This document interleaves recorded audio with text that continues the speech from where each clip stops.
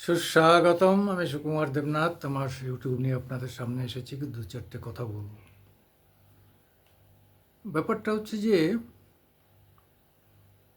Donald Trump এবং মোদি সাহেবের meeting নিয়ে যাই হোক না কেন, ভারতের বামপন্থীরা এবং কংগ্রেস যেমন খুশি নয়, তেমনি বাংলাদেশের ইউনূস, মুসলিম লীগ, জামায়াত ইসলাম এবং কট্টরবাদীরা সন্তুষ্ট নয়। তারা এখন সেই কম্বলের লোম বাছার মতো বিভিন্ন রকম ত্রুটি খুঁজে খুঁজে বের করছে। বাংলাদেশের কত বিলিয়ন ডলার গেলেও ভারতেরও এত বিলিয়ন ডলার বাদ গেছে।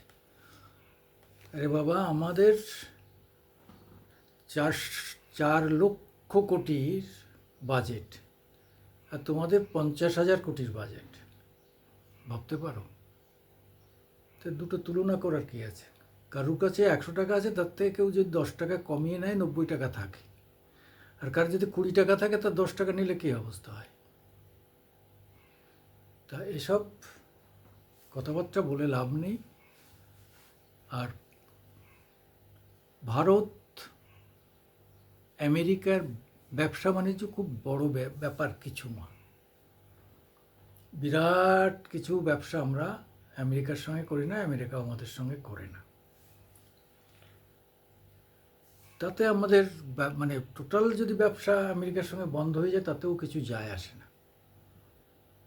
আমাদের নিজস্ব বাজার অনেক, বিরাট বাজার। আমাদের যা প্রডিউস হয়, যা তৈরি হয়, তা আমাদেরই লেগে যায়। আমাদের 150 কোটি লোকের কনজিউমের জন্য লেগে যায়। তারপরে যেটা আছে পার্শ্ববর্তী নেপাল, ভুটান, এসব জায়গায় যায়। মিডল ইস্টে বহু বহু দেশ আছে, যায়। আমাদের চাল প্রায় মানে 50টির বেশি দেশে যায়। সেটা মিডল ইস্ট থেকে ল্যাটিন আমেরিকা পর্যন্ত।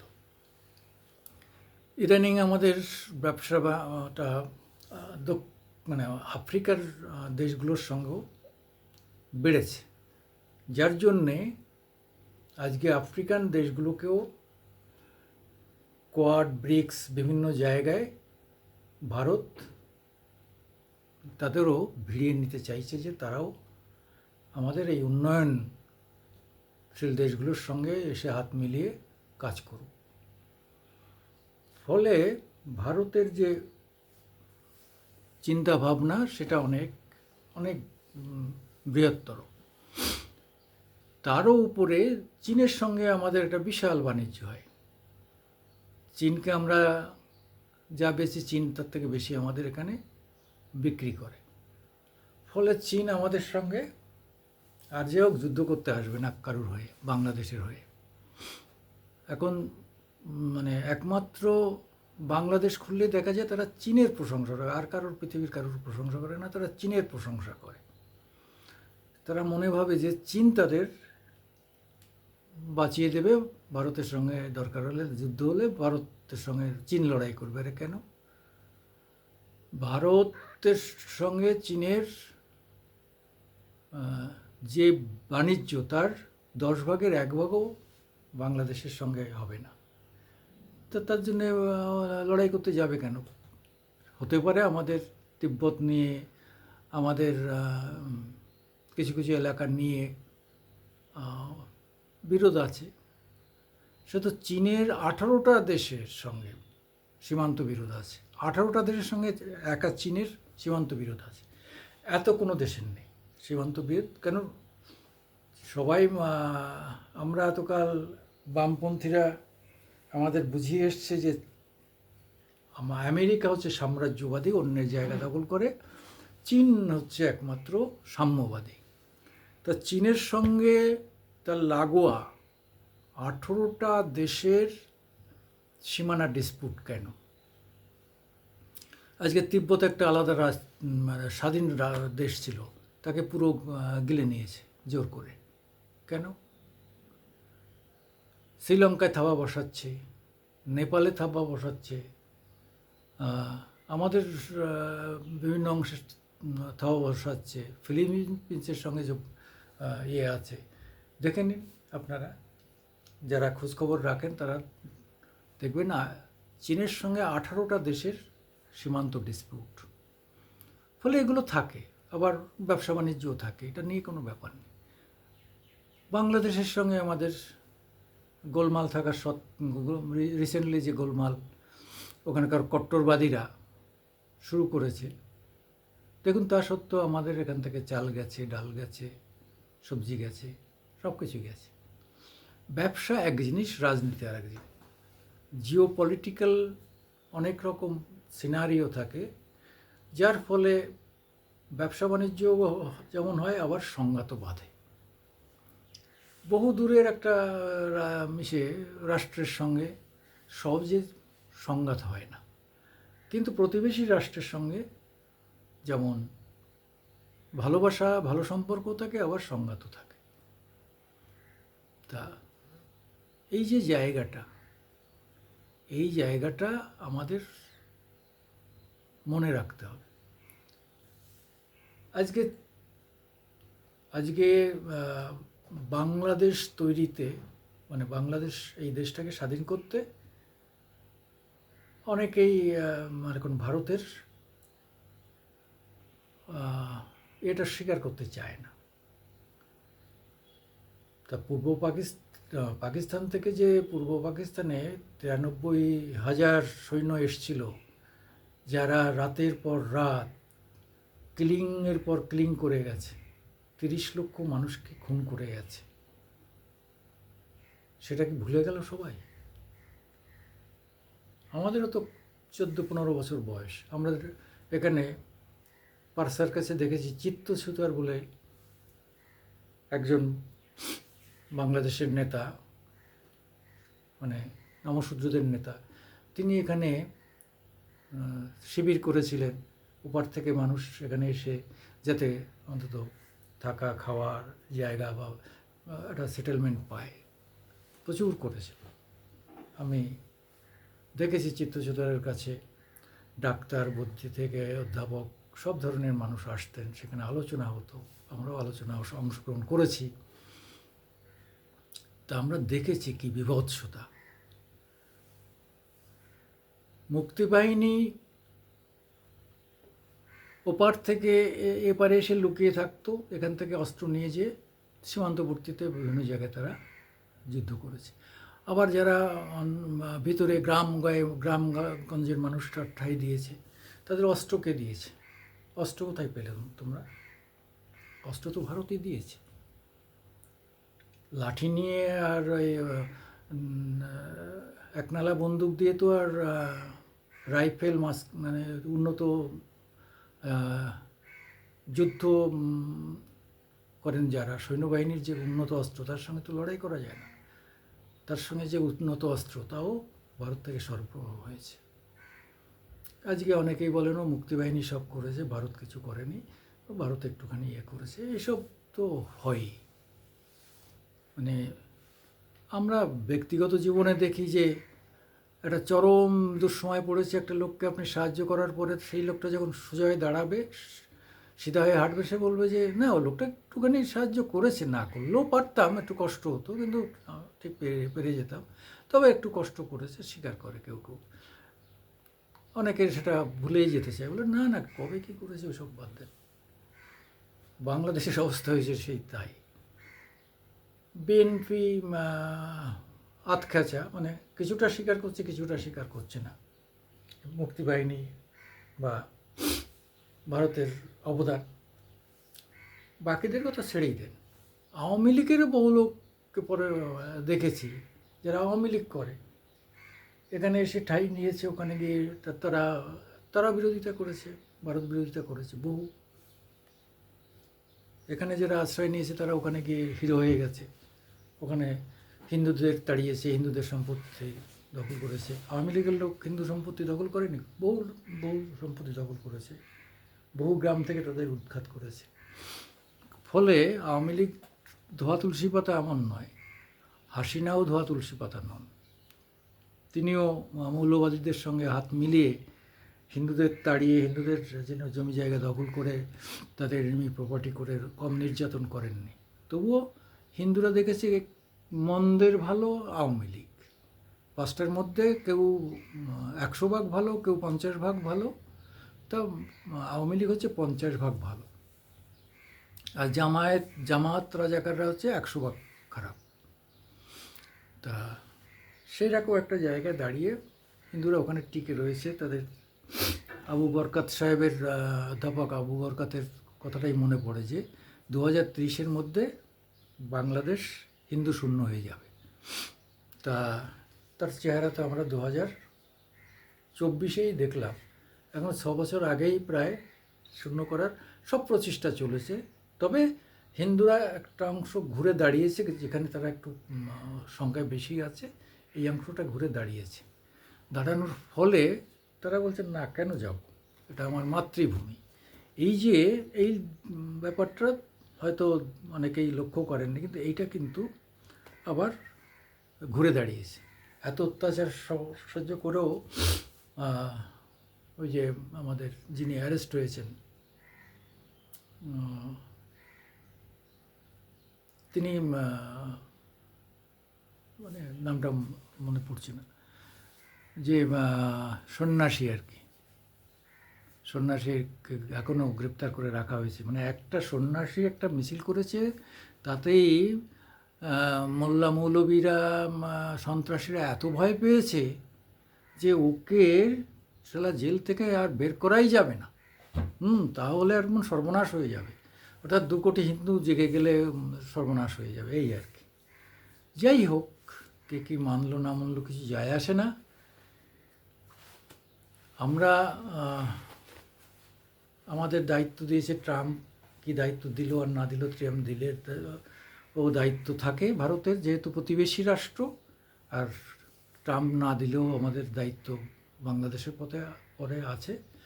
কিন্তু তবুও বিশ্বের সবথেকে শক্তিশালী দেশ, তার মনোভাবটাও আমাদের জানা দরকার। সেই জন্য আমরা অপেক্ষায় ছিলাম। তো সেখানে পরিষ্কার সঠিকভাবেই ট্রাম্প বলেছেন, অত্যন্ত বুদ্ধিমানের সঙ্গে বলেছেন যে ভারত তার প্রতিবেশীকে যেভাবে এতকাল রক্ষা করে এসছে, দেখে এসছে, ভালোবেসে এসছে, তারাই ঠিক করবে যে কিভাবে সেই প্রতিবেশীর সঙ্গে তারা সম্পর্ক করবে। ভারতকে সেটা ভাবতে হবে। অত্যন্ত বুদ্ধিমান এবং উদারতার সঙ্গে তিনি এটা বলেছেন। আমিও আশা করিনি যে ট্রাম্প এতটা মাথা কাটিয়ে এইভাবে ভারতকে একদম সামনে দাঁড় করিয়ে দেবে। এই উপমহাদেশে ভারত যে দক্ষিণ এশিয়াতে একটা বড় শক্তি, একটা পরাশক্তি, এবং তার মানে সমস্ত দিক থেকে সে সামর্থ্যবান, এইটা বুঝিয়ে দিলেন ট্রাম্প। সেদিক থেকে খুশি। আর F-35-এর জায়গাটা নিয়ে তো এখন যে যা পারে তার সবার মাথা খারাপ হয়ে গেছে। পাকিস্তান বুঝে নিয়েছে যে আমরা F-15 পেয়েছিলাম, F-16 পেয়েছিলাম, তাতেই আমরা ভাবছিলাম কামাল করে দিয়েছি, কিন্তু এ তো সেলা কী হয়ে গেল, এ তো F-35। আরে F-35 আর Su-57 রাশিয়ার প্রায় সমান, তবুও সব দিক থেকে F-35-এর কোনো তুলনা নেই। আর F-35 হাতে আসার পরে ভারতের সঙ্গে আর কারুর মানে যুদ্ধ করা তো দূরের কথা, আর টুফা করার জায়গা থাকলো না। এইটা একটা বড় সিকিউরিটি ভারতের হাতে তুলে দিয়েছে ট্রাম্প। এই যে দুটো, একটা হচ্ছে ভারতকে এখানে একটা বড় শক্তি হিসাবে প্রতিষ্ঠিত করেছে, স্বীকার করেছে, আর একটা হচ্ছে তার হাতে বিশ্বের সব থেকে দ্রুততম এবং যে উড়লে কোনো র্যাডারে ধরা পড়বে না, তার গতিবিধি ধরা যাবে না, যেটা আজকে ঘটে গেল ইরানের যে প্রধানমন্ত্রীকে মেরে দিল এই F-35 দিয়ে। কেউ বুঝতেও পারেনি ইরানও বুঝতে পারেনি যে কোথার থেকে প্লেন আসলো, কোথায় মেরে কোথার দিকে চলে গেল। এই হচ্ছে F-35, সেই F-35 পেয়ে গেল। তার মানে কি, ভারতকে শুধু মুখে তাকে এখানকার বড় শক্তি হিসাবে দেখলো না, তার হাতে আরও বড় হওয়ার জন্যে নিশ্চিত সিকিউরিটি তুলে দিল। সেটা হচ্ছে অস্ত্র, হচ্ছে F-35। আমাদের নিজেদের অগ্নি মিসাইল আছে, আমাদের তেজস ব্রহ্মস মিসাইল আছে, আমাদের তেজস যে আমাদের যুদ্ধ বিমান, সেটাও যথেষ্ট গতিশীল এবং সেটাও স্টিলথ আমরা বিক্রি করছি। ভারত একটা সময় সব সময় অস্ত্র, কিন্তু এখন অস্ত্র যেমন কেনে, অস্ত্র বিক্রি করে। আর্মেনিয়াতে বিক্রি করেছে, ফিলিপিন্সে বিক্রি করেছে, অনেক জায়গায় আজকে আমাদের অস্ত্র বিক্রি হচ্ছে। এরকম একটা শক্তির জায়গা আমরা চলে গেছি। সেখানে আমাদের 28টা রাজ্য আর 7টা কেন্দ্রশাসিত রাজ্য, তা যে কোনো একটা রাজ্যের সমানই হবে বাংলাদেশ। কোনো কোনো রাজ্যের অর্ধেক হবে, কোনো কোনো রাজ্যের সমান হবে। তাতে কী আছে, অর্থাৎ আমাদের 50 ভাগের 1 ভাগ হবে একটা রাজ্য। সেই রাজ্য নিয়ে সে রাজ্যের তারা এসে আমাদের ভারত দখল করে ফেলবে, কলকাতা 4 ঘন্টায় দখল করবে, আমরা দরকার হলে আমেরিকাও দখল করতে পারি। এই যে অর্বাচীন কথাবার্তা, মানে উস্কানিমূলক কথাবার্তা, তারা নিজেরাও জানে, কিন্তু অশিক্ষিত মানুষকে বোঝানোর জন্যই তারা এইসব কথা বলে। যারা অশিক্ষিত তারা বিশ্বাস করে যে এই বাবা, আমাদের একজন মার্শাল বলছে 4 ঘন্টায় কলকাতা দখল হয়ে যাবে, তাহলে তো আমরা পারি। কেউ বলছে আমেরিকা তো আমরা দখল করে ফেলতে পারি, তাহলে পারি। শিক্ষা দীক্ষা যাদের কম আছে তারা এটা শিখবে, তারা উৎসাহিত হবে, লাফালাফি করবে, কিন্তু আসলে কোনো লাভ হবে না। ফলে ভারত বিরোধিতা বন্ধ করো ভাই, বাঁচতে যদি চাও। না হলে মানে আরও যদি কড়া হয়ে ভয়ঙ্করভাবে আমরা যদি সমস্ত জিনিসপত্র বন্ধ করে দেই, তাহলে কিন্তু আজকে জিনিসের দাম যে জায়গায় পৌঁছেছে, এটা আরও খারাপ জায়গায় পৌঁছাবে। তোমাদের ওখানে কত আমি বেচলাম, তোমরা ভাবছো আমরা বিক্রি করছি, না হলে মরে যাব, এমন দু একজন বলছে। আর ওরা তো আমাদের কাছে বেচে টাকা নেয়, আমাদের এখানে টাকা না নিলে ওদের লোকসান। আরে বাবা, আমরা 150টা দেশে রপ্তানি করি 150 দেশে। শুধু চাল রপ্তানি করি 50টা দেশে, মিডল ইস্ট থেকে আরম্ভ করে বহু জায়গায় চাল আমরা না বেচলে তারা খেতে পাবে না। চালের দাম বেড়েছিল বলে আমেরিকার লোকরা চাল কিনে ইয়ে করতে স্টক করতে শুরু করেছিল। একটু দেখুন, একটু খবর নিয়ে দেখুন। আর কথায় কথায় আপনারা দি হিন্দু খবর ইয়ে করেন, এটা কমিউনিস্ট পার্টির মুখপাত্র। কমিউনিস্টরা বরাবরই ভারত বিরোধী, তারা এই ভারত চায়নি। হ্যাঁ, তারা অন্য ভারত চেয়েছিল। কাজেই সেই দি হিন্দুকে কোট করে করে বলে কোনো লাভ নেই। দি হিন্দু হচ্ছে এখানকার কমিউনিস্টদের মুখপাত্র, এবং কমিউনিস্টরা সবসময় ভারত খারাপ আর সব দেশ ভালো, সারা পৃথিবী ভালো, শুধু ভারত খারাপ, এটাই হচ্ছে তাদের প্রচার। তার ফলে কী হয়েছে জানেন তো, এখন একটা সময় এদের 64 জন এমএলএ ছিল, এখন 4 জনও নেই। তারা আর ওয়েস্ট বেঙ্গলে এক সময় 35 বছর তারা রাজত্ব করেছে, এখন তারা শূন্য, একটা এমএলএ নেই। এই হয়ে গেছে। ভারত বিরোধিতা করতে করতে এই জায়গায় এসছে।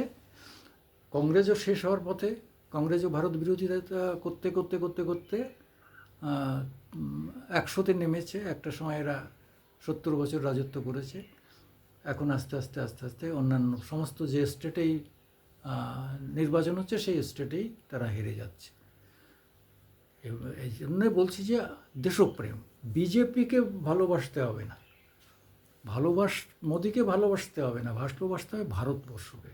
ভারতের কিসে ভালো হয়, ভারত পৃথিবীতে মাথা উঁচু করে দাঁড়াবে, ভারতের সম্মান বাড়বে, ভারতের চেহারা বাড়বে, ভারতের শক্তি বাড়বে, এইটাই একজন ভারতীয় হওয়া উচিত। তারপরে নির্বাচনে যে তুমি যাকে ভোট দাও, যে দলই জিতুক না কেন, সে সেই তো ভারতের জন্য করবে, এটাই তো আমাদের প্রত্যাশা। নমস্কার, আমি সুকুমার দেবনাথ আপনাদের কাছে আসে আজকে একটু বড় হয়ে গেল, যদি আপনাদের ধৈর্য ধরে একটু শুনতে পারেন ভালো লাগবে। খারাপ কিছু হলে কমেন্টস করবেন।